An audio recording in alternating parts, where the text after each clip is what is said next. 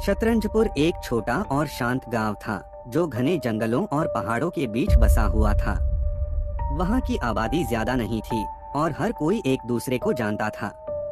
लेकिन इस गांव की शांति के पीछे एक ऐसा राज छुपा था जो किसी को चैन से जीने नहीं देता था। गांव के बाहरी इलाके में एक पुराना टूटा फूटा हवेली जैसा घर था जिसे सब लोग भूत बंगला कहते थे। इस घर के बारे में गांव में तरह तरह की कहानियां प्रचलित थीं। गांव के बुजुर्गों का कहना था कि यह हवेली कभी ठाकुर सुरेंद्र प्रताप की थी। वह अपनी पत्नी और बेटी के साथ यहाँ रहते थे।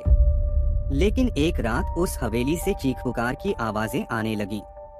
जब गांव वालों ने सुबह जाकर देखा तो पूरा परिवार गायब था। हवेली के अंदर खून के धब्बे और टूटी फूटी चीजें पड़ी थीं। किसी को कुछ समझ नहीं आया। कुछ दिनों बाद गांव वालों ने वहां अजीब घटनाएं महसूस की। दरवाजे अपने आप खुलते बंद होते, खिड़कियों से किसी के रोने की आवाजें आती और कभी कभी एक सफेद साड़ी पहने महिला को छत पर चलते देखा जाता। गांव में किसी की भी हिम्मत नहीं होती थी कि रात में उस हवेली के पास जाए। जो भी गया वह या तो वापस नहीं लौटा या डर के मारे बीमार पड़ गया।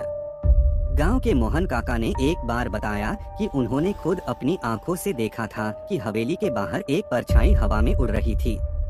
उसी रात उन्हें तेज बुखार हो गया और वह कई हफ्तों तक ठीक नहीं हुए।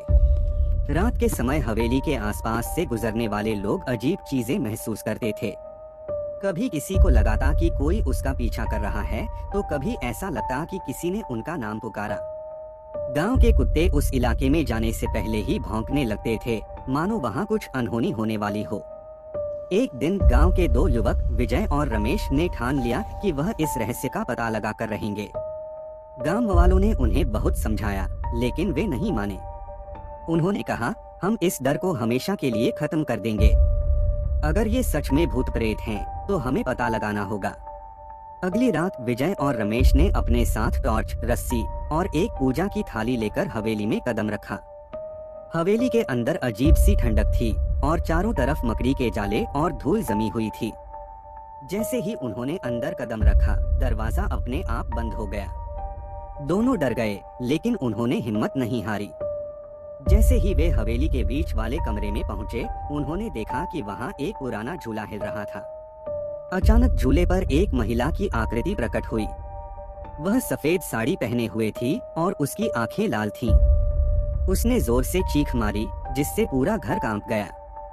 विजय और रमेश ने डरते हुए पूछा, तुम कौन हो? हमें क्यों डरा रही हो? महिला की आत्मा ने गुस्से में कहा, मैं सुरेंद्र प्रताप की पत्नी हूँ।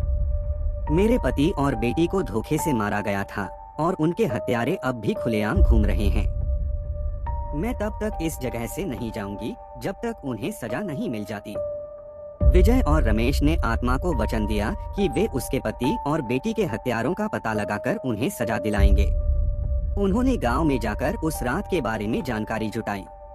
बहुत मेहनत के बाद उन्हें पता चला कि ठाकुर सुरेंद्र प्रताप के रिश्तेदार ने संपत्ति के लालच में उनकी हत्या करवाई थी। यह जानने के बाद विजय और रमेश ने उस रिश्तेदार का सच सबके सामने ला दिया। पुलिस ने उसे गिरफ्तार कर लिया। जब यह खबर हवेली तक पहुंची, तो वह आत्मा फिर प्रकट हुई। उसने विजय और रमेश का धन्यवाद किया और कहा, अब मेरी आत्मा को शांति मिलेगी। यह कहकर वह आत्मा वहां से गायब हो गई।